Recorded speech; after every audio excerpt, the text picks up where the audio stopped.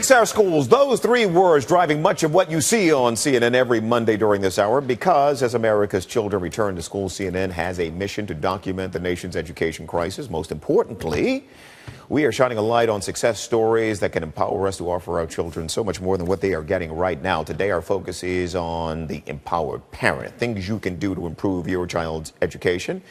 And our guest is going to talk about how to get the most out of a, potentially tricky engagement here. The conference with the child's teacher. Shannon Flannery is principal at Stonewall Tell Elementary School. Shannon, good of you to be here with us. Well, thank you for the invitation, Tony. Walk us through this. When we walk into that classroom for that parent-teacher conference, it can be a little anxious. It can. Right? A little, anxious moments here.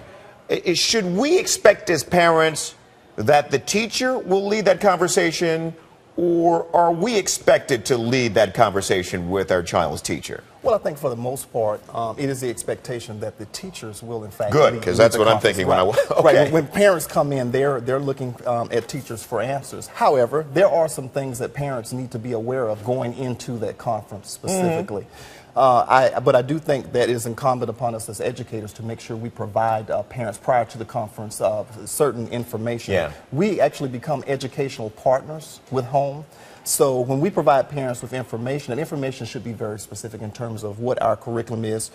At the end of this particular marking period, I expect your child to master what specific standards. What do I expect of them? And we have to be very, very clear about that. Now, let me pick up on that note you just mentioned a moment ago. You mentioned to me that what we want here is a positive homeschool relationship. Correct. You touched on it just a second ago. Give me a little more detail on that. Yeah, I think we've learned from the entire effective school research from decades ago that there is a statistically significant relationship between home community relations and student achievement. Additionally, core proposition number 1 for the National Board for Professional Teaching Standards says that teachers are committed to students and their learning. So in order to create that home-school relationship, we are sharing with parents what we have found about students. So when we call them in, we don't always just want to call them in just because there's something not happening with their child, either academically or behaviorally. Often, traditionally, if you get a call from the teacher, oh my God, I got that call from the teacher, I have to conference, what have you done? So we have to put ourselves in position such that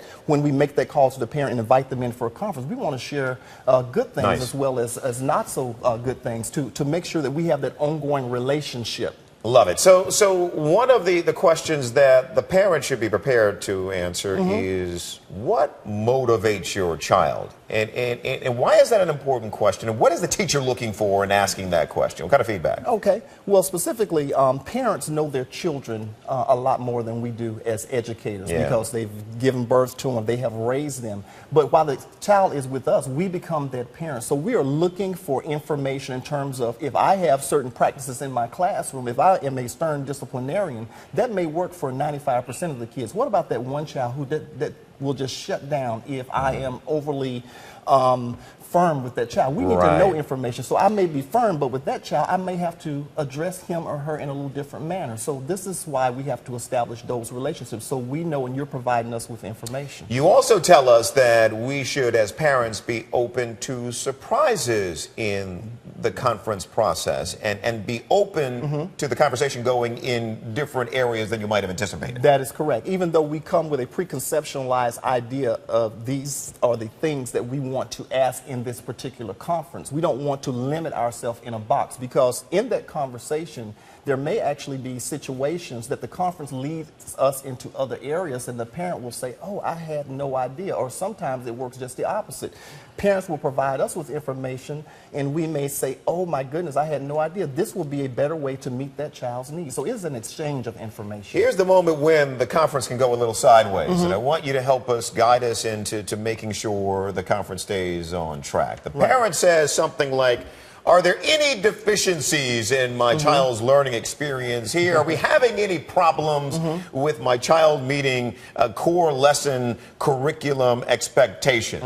And how do we handle the moment when the teacher says, well, there is this matter of? Yes, that can be somewhat of a sensitive issue. No one wants to hear that their child is struggling academically, especially if it's to the point where the implications may imply specific services that may lead to implications of special education. And we know that there's an over-identification of special education, especially amongst African American males. Right. So again, we go back to that relationship building. Once parents, it's been my experience that once parents understand that you want, similar to them, what's best for their child, it's a lot easy to get that point over in a very tactful manner. Then every time that you hear from me as a teacher, I'm talking about something negative with my child. So again, it is based upon pre-established relationships. I can tell you, your child is having some issues, here's what's happening, but more specifically, what are we doing as educators to be able to fill those gaps? That's the important part, when parents feel that